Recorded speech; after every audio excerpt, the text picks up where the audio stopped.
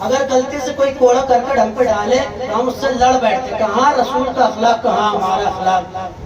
یعنی ہم رسول جیسے کبھی بھی نہیں ہو سکتے. جو آج دنیا کہہ رہی ہے ہم رسول جیسے، یقیناً قرآن کی آیت ہے انا بشر مثلکم، میں تمہارے جیسا ایک بشر ہوں. یقیناً وہ ہمارے جیسا کھاتے تھے، ہمارے جیسا پیتے تھے، ہمارے جیسا سوتے تھے، ہمارے جیسا اٹھتے تھے، ہر کچھ ہم سب کچھ ہمارے جیسا تھا. لیکن فرق اتنا ہے کہ وہ نوری تھے، ہم خاکی ہیں. وہ نوری تھے، ہم خاکی، وہ نور خدا سے پیدا کیے گئے، ہم مٹی سے پیدا کیے گئے. ہم ان کی جب اخلاق کی برابری نہیں کر سکتے تو کیسے رسول جیسے ہو سکتے؟ کبھی بھی نہیں ہو سکتے. لہٰذا یہ رسول کا اخلاق تھا، اور اسی اخلاق کو بچانے کے لیے نواسہ رسول کربلا پہنچ گیا. اسی رسول کی سیرت کو بچانے کے لیے نواسہ رسول کربلا پہنچا. اسی رسول کی شریعت پہنچانے کے لیے نواسہ رسول کربلا پہنچا. اسی رسول کی شریعت بچانے کے لیے، دین بچانے کے لیے، جو رسول کا دین تھا، جو رسول کا اخلاق تھا، اسی کو بچانے کے لیے نواسہ رسول کربلا پہنچا. اور جب کربلا پہنچا ہے تو نواسہ رسول اکیلا نہیں ہے، بلکہ حسین کے ساتھ، نواسہ رسول حسین کے ساتھ، حسین کی بہنیں موجود تھی، حسین کے سب عزیز و اقربا موجود تھے. حد یہ ہے کہ حسین کا ایک 6 ماہ کا بچہ علی اصغر بھی ساتھ میں موجود تھا. لہذا شوق شہادت یہ تھا کہ جب حسین مقتل میں آواز دیے ہے حل من ناصر ینصرنا، تو ادھر اس بچے نے شوق شہادت میں اپنے آپ کو گہوارے سے گرایا. جیسے ہی وہ بچہ گہوارے سے گرایا، بیویوں میں کوہرام مچ گیا. حسین نے ایک مرتبہ مقتل سے بیویوں کے کوہرام کی آواز کو سنا. حسین واپس درِ خیام پر آتے ہیں. جیسے ہی درِ خیام پر آتے ہیں، آواز دیتے ہیں اے میری بہن زینب، ارے میرے جیتے جی یہ کیسے شور ہوا؟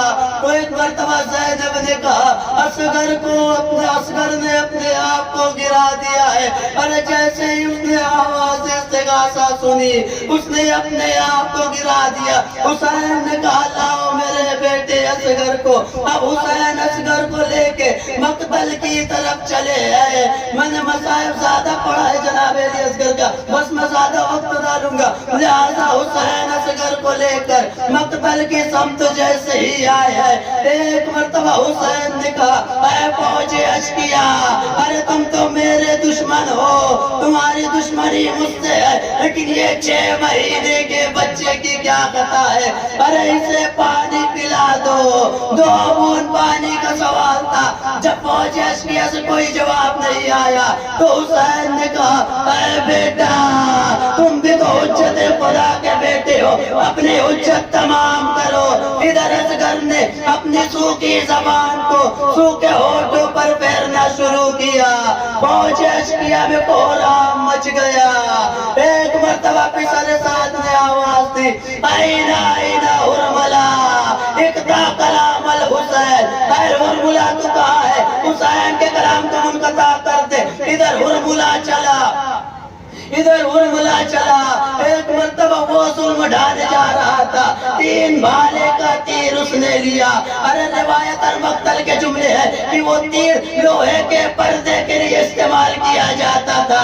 جہاں پر بھی لوہے کا پردہ ہوتا تھا وہاں پر اس تیر کو استعمال کیا جاتا تھا. لیکن حرملہ 6 مہینے کے بچے کے لیے وہی تیر استعمال کیا. اب وہ ایک مرتبہ حسین پر اس نے تیر اٹھایا. میرے باپ نے دیکھا اے میرے بیٹا اصغر، تمہارے بابا پر کسی نے تیر اٹھایا. بیٹا اصغر، میں دودھ نہیں بخشوں گی اگر یہ تیر تیرے بابا پر آ گیا.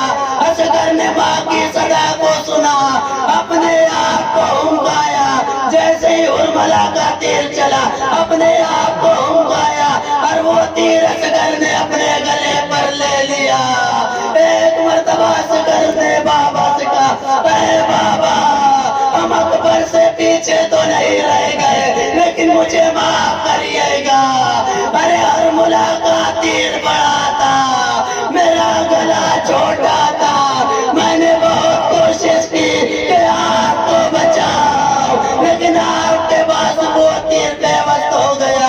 حسین نے ایک مرتبہ اصغر کا ماتم کیا، درِ قیام پر لا کر دفنا دیا.